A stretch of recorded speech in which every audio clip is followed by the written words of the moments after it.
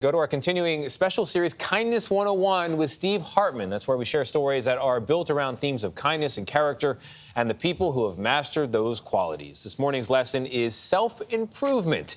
Steve and his kids introduce us to a man who really reminds us that you're never too old to start something new. Good morning. I'm here with my daughter, Meryl, to celebrate the most important teacher you have, you. That's right. We're talking about self-improvement. Emmett, you want to take a stab at defining this one? I know it's a toughie. Self-improvement is improving yourself. Genius. He gets that from me, you know.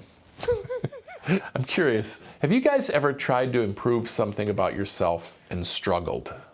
Trying to think. Do you have any ideas? Oh, I have plenty of ideas.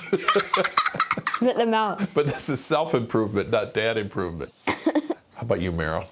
It was hard getting to have a lot of friends. I'm thinking more about just ways you want to make yourself better. Oh, I was not done. Oh, okay. And it's kind of just like sometimes I raise my voice at my friends and...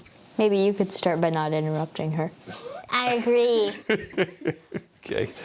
Yeah, self-improvement can be harder than it sounds, which is why it's helpful to have motivation. And today, I have that for you.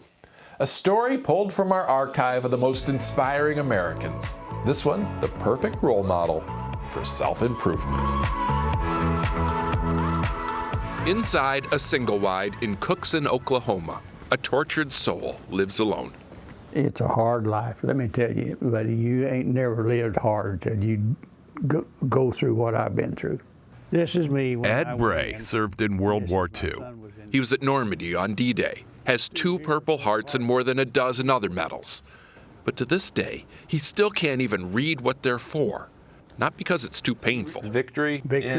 But because he simply can't read. You know what that word is? E-U-R-O-P-E? Nah. The toughest thing that ever happened to me in my life is not being able to read. You said you were at Normandy, though. Yes. Illiteracy can be that damning. I've covered this up for 80 years. Nobody in this town knows I can't read. Until he retired, Ed worked a civilian job at an Air Force base refueling planes. A coworker helped him with the forms and whatnot.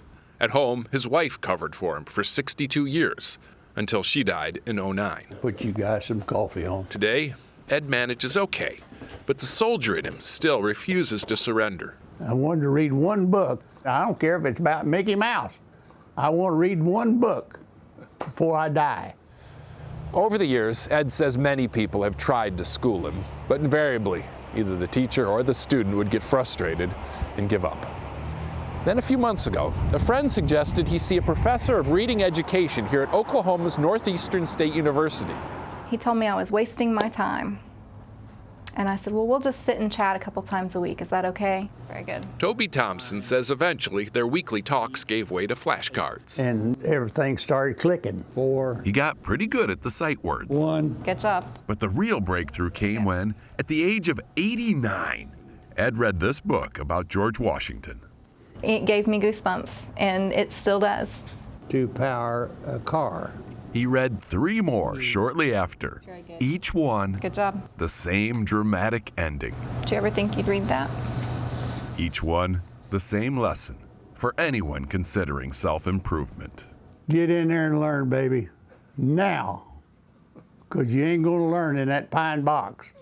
Just learn to read and already a poet. And that's the truth. 10 years later, the one thing no one's been able to read is Ed's obituary.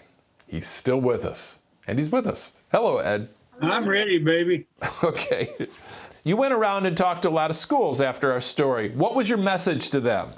Telling them children to read books and put them phones away. That's good advice. This telephone they got today was the worst invention we've ever made. They're a pain. I can't hardly run my own. Do you think you inspired other people to read? Oh, yeah. Yes, I have got boxes and boxes of letters from all over the world full. How old are you now? 99. Can you believe you made it that long? No, I don't know what God's got me living for. I do. What's your reason? To inspire other people, Ed. Thank you guys a million. Thank you so much. You made my day today. So that's class for today. Hopefully, meeting Ed will inspire a better you. We'll see you next time. Until then, stay kind. Oh, man. Great. Ed's full of wisdom. Yeah, he is. Listen, he said, get in there and learn, baby, because you ain't going to learn it in a pine box. That is as real as it gets. Yeah. If you want to learn something, do it now. Yeah. Because time is ticking. It is. Time is ticking. It's Kindness 101. Can you believe he's almost 100? He might be. It'll be Kindness 101, and he'll be 101. We'll revisit him in 2 more years. I said that during the break. I know, I stole it from you. You thought it was unique. I thought I'd just take that. I'd self-improve through acquisition. Oh, of thank you. ideas. Thank you for that kindness.